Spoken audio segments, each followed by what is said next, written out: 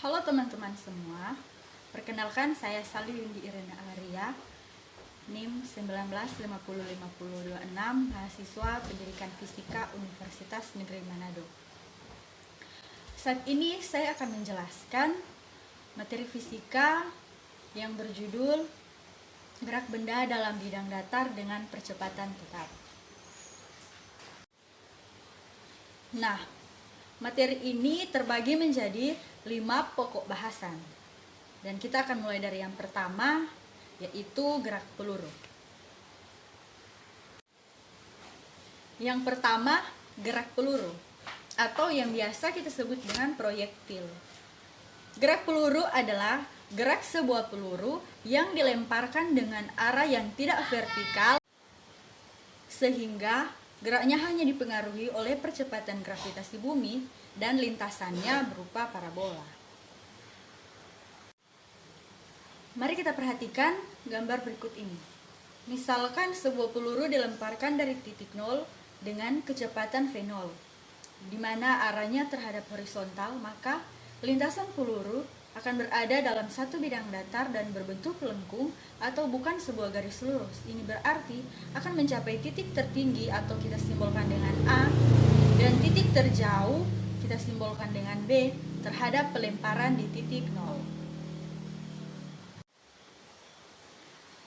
Karena gerak ini berada dalam bidang datar, berarti merupakan resultan dari dua gerak, yaitu pada arah vertikal dan horizontal. Jika bidang datar ini adalah bidang X, O, Y, maka arah horizontal sama dengan arah X dan arah vertikal sama dengan arah Y. Nah, dalam perjalanannya peluru tersebut hanya dipengaruhi oleh percepatan gravitasi bumi yang arah vertikal ke bawah, berarti sumbu Y, sedangkan pada arah horizontal tidak ada percepatan. Jadi, pada permulaan geraknya pada arah vertikal, peluru mendapat perlambatan karena percepatan dan kecepatan arahnya berlawanan. Pada suatu titik, jika Vy sama dengan 0, peluru akan berhenti dan kemudian jatuh kembali dengan dipercepat. Komponen gerak pada arah Y adalah gerak lurus dipercepat beraturan dengan kecepatan awal, sedangkan pada arah X terdapat gerak lurus beraturan. Di sini pengaruh udara diabaikan. Gerak dalam arah sumbu X adalah gerak lurus beraturan karena percepatan AX sama dengan 0.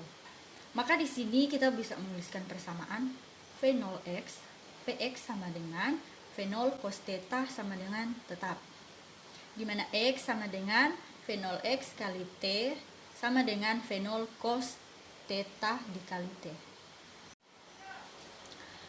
Sedangkan gerak dalam arah sumbu Y adalah gerak lurus berubah beraturan dengan kecepatan AY sama dengan minus G.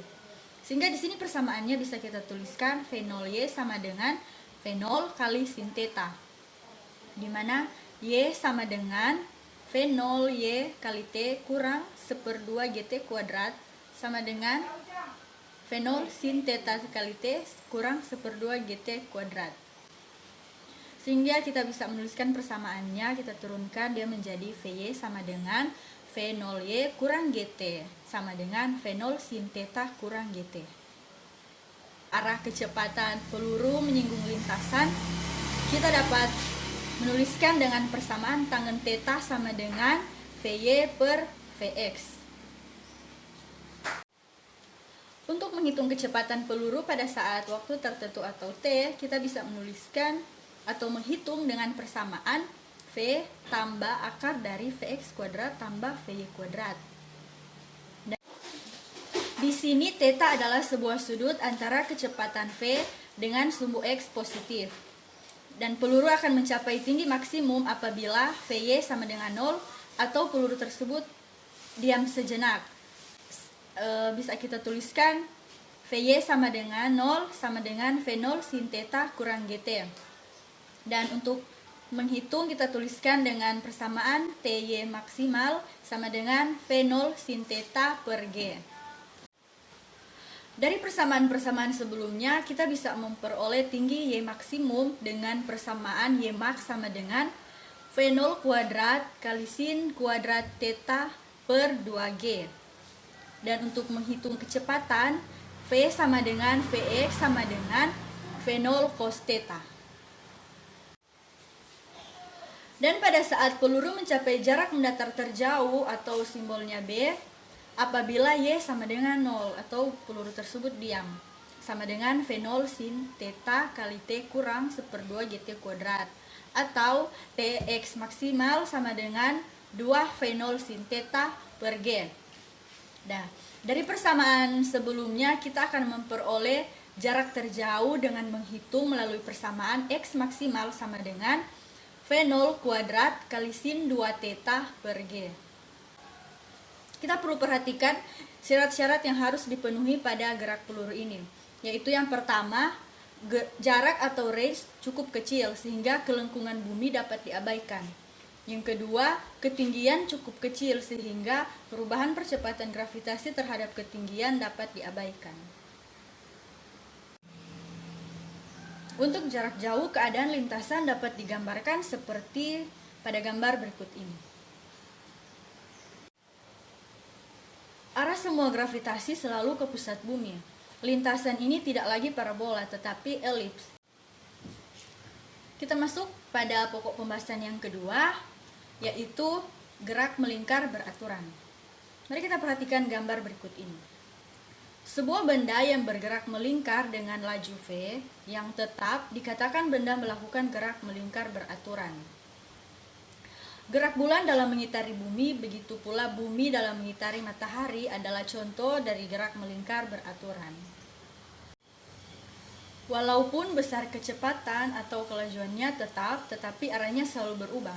Seperti pada gambar, kita perhatikan, karena percepatan didefinisikan sebagai harga perubahan kecepatan, maka perubahan dalam arah kecepatan menunjukkan suatu percepatan pula. Dengan demikian, suatu benda yang melakukan gerak melingkar beraturan adalah sepercepatan. Percepatan didefinisikan sebagai A sama dengan limit delta T mendekati 0, delta V, delta T sama dengan dV dt. Di sini, V rata-rata adalah perubahan kecepatan dalam interval waktu yang sangat singkat atau delta T. Dalam waktu delta T, partikel seperti pada gambar bergerak dari titik A ke B menempuh jarak delta L melewati sudut kecil delta theta. Perubahan vektor kecepatannya adalah V bar kurang V0 bar sama dengan delta V bar. Bila V0 bar dipindahkan ke ruas kanan, persamaannya menjadi V bar sama dengan V0 bar tambah delta V bar. Di sini delta V bar adalah suatu vektor seperti ditunjukkan pada gambar yang kedua. Dalam diagram ini dapat diartikan bahwa bila mana T atau waktunya sangat kecil mendekati 0, maka delta L dan delta theta juga sangat kecil. V bar hampir sejajar dengan V0 bar dan delta V bar akan menjadi tegak lurus pada keduanya. Dengan demikian, delta V bar menuju ke arah pusat lingkaran. Sesuai dengan definisi percepatan di atas, percepatan A mempunyai arah yang sama dengan arah delta V bar, yaitu menuju ke arah pusat lingkaran. Oleh karena itu, percepatan A bar disebut percepatan sentripetal dan diberi tanda AC bar.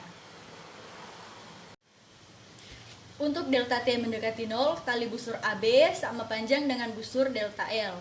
Besar percepatan AC didefinisikan sebagai AC sama dengan limit delta T mendekati 0, delta V delta T sama dengan limit delta T mendekati 0 V per R kali delta L per delta T. Oleh karena V atau kecepatan sama dengan limit delta T mendekati 0 kali delta L per delta T, maka AC sama dengan V kuadrat per R. Suatu benda yang bergerak melingkar beraturan dengan jari-jari R dan laju V mempunyai percepatan sentripetal AC sama dengan V kuadrat per R. Besar percepatan ini bergantung pada jari-jari R. Untuk gerakan satelit yang mengitari bumi, percepatan sentripetalnya adalah percepatan gravitasi bumi. Kita masuk pada pokok bahasan yang ketiga, yaitu gerak melingkar berubah beraturan.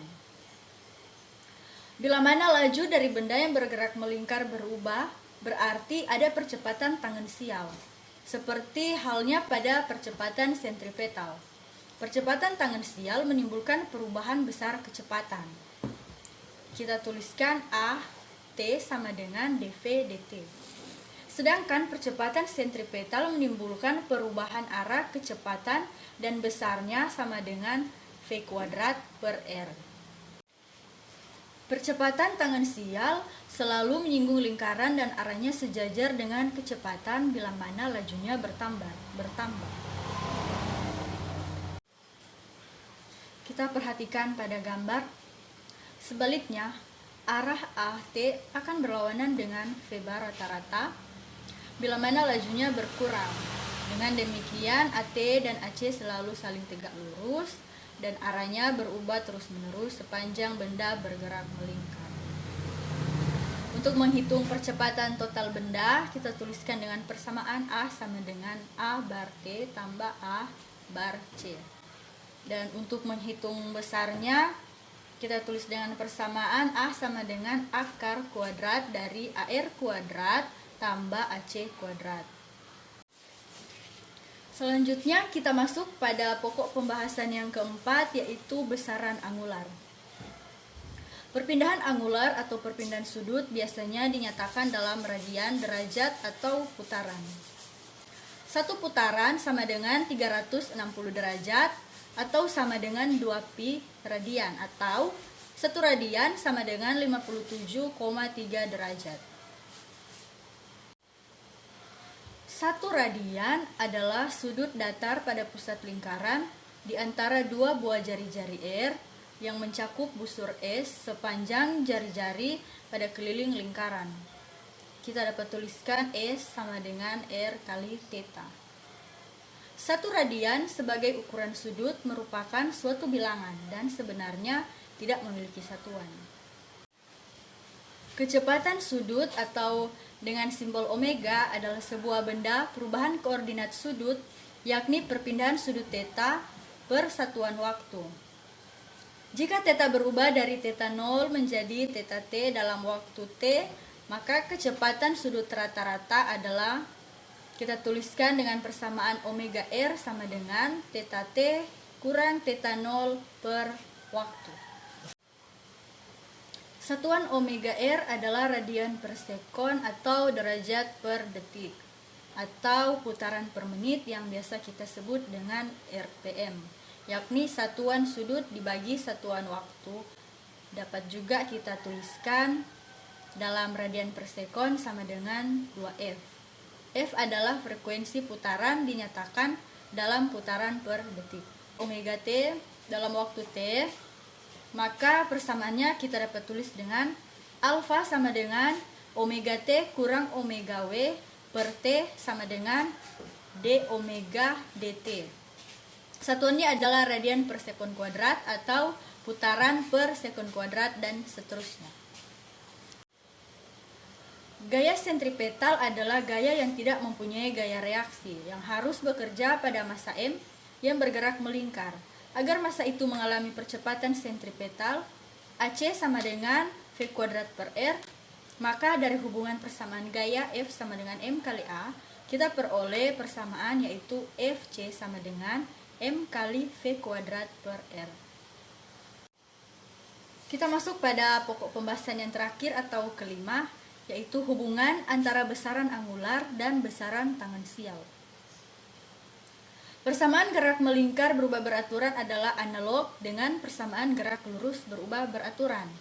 Mari kita perhatikan beberapa persamaan berikut ini. Pada gerak lurus, VR sama dengan V0 tambah VT per 2. Pada gerak melingkar, omega R sama dengan omega 0 tambah omega R per 2. Persamaan yang berikut pada gerak lurus S sama dengan VRT, sedangkan pada gerak melingkar θ sama dengan W omega RT. Selanjutnya pada gerak lurus VT sama dengan V0 tambah AT, sedangkan pada gerak melingkar omega T sama dengan omega 0 tambah alfa dikali T. Selanjutnya, VT kuadrat sama dengan V0 kuadrat tambah 2AS itu adalah pada gerak lurus. Sedangkan pada gerak melingkar, omega T kuadrat sama dengan omega 0 kuadrat tambah 2 dikali alfa kali T. Pada gerak lurus, E sama dengan V0T tambah 1/2 AT kuadrat. Dan pada gerak melingkar, theta sama dengan W0T ditambah 1/2 alfa kali T kuadrat. Apabila roda dengan jari-jari R berputar pada porosnya, maka suatu titik pada tepi roda digambarkan dengan menyatakan panjang busur S yang ditempuhnya, kecepatan tangensial V, dan percepatan tangensial AR. Besaran-besaran ini berhubungan dengan besaran-besaran theta, omega, dan alfa yang menggambarkan perputaran roda itu melalui hubungan-hubungan sebagai berikut. Yang pertama, S sama dengan R kali theta, V sama dengan omega kali R, dan AR sama dengan R kali alfa. Dalam hal ini, asal theta, omega, dan alfa dinyatakan dalam radian, radian per second, dan radian per second kuadrat. Dengan mudah dapat dilihat bahwa sebenarnya adalah panjang tali yang melilit pada tepi roda atau jarak tempuh roda seandainya roda itu dapat menggelinding tanpa slip. Dalam hal ini, V dan AR adalah kecepatan dan percepatan pusat perputaran roda. Setelah menyimak penjelasan saya sebelumnya, mari kita latihan beberapa contoh soal berikut ini. Pertama, nyatakanlah laju 40 derajat per detik menjadi putaran per detik. Untuk penyelesaiannya, kita ketahui bersama satu putaran itu sama dengan 360 derajat. Dan untuk mencari 40 derajat, kita tuliskan 40 derajat per 360 derajat sama dengan 1/9 atau sama dengan 0,111. Soal yang berikutnya, nyatakanlah laju 40 derajat per detik menjadi putaran per menit. Untuk penyelesaiannya, pada soal sebelumnya sudah kita dapatkan 1/9, sehingga kita tinggal kalikan dengan 60, sehingga kita akan mendapatkan hasilnya 6,67 rpm. Soal berikutnya, nyatakanlah laju 40 derajat per detik menjadi radian per second. Sama seperti sebelumnya, kita sudah dapatkan 6,67 rpm, sehingga tinggal kita kalikan dengan 2pi per 60 radian per second. Kita akan dapatkan 6,67 kali 0,104, hasil akhirnya adalah 0,698 radian per second. Soal yang keempat, ubahlah 50 putaran menjadi radian. Untuk penyelesaiannya, kita tuliskan 50T atau 50 putaran dikali 2pi, di mana 2pi ini adalah sama dengan 1 kali putaran atau 360 derajat. Sehingga kita akan mendapatkan hasil akhirnya yaitu 314,159 radian. Kita masuk pada soal yang terakhir, ubahlah 48 pi radian menjadi putaran. Penyelesaiannya kita bisa tuliskan 48 pi dibahagi 2pi sama dengan 24 putaran. Nah, teman-teman sekalian, itulah beberapa materi dan contoh soal yang bisa saya bagikan. Lebih dan kurangnya saya mohon maaf, atas perhatiannya diucapkan terima kasih.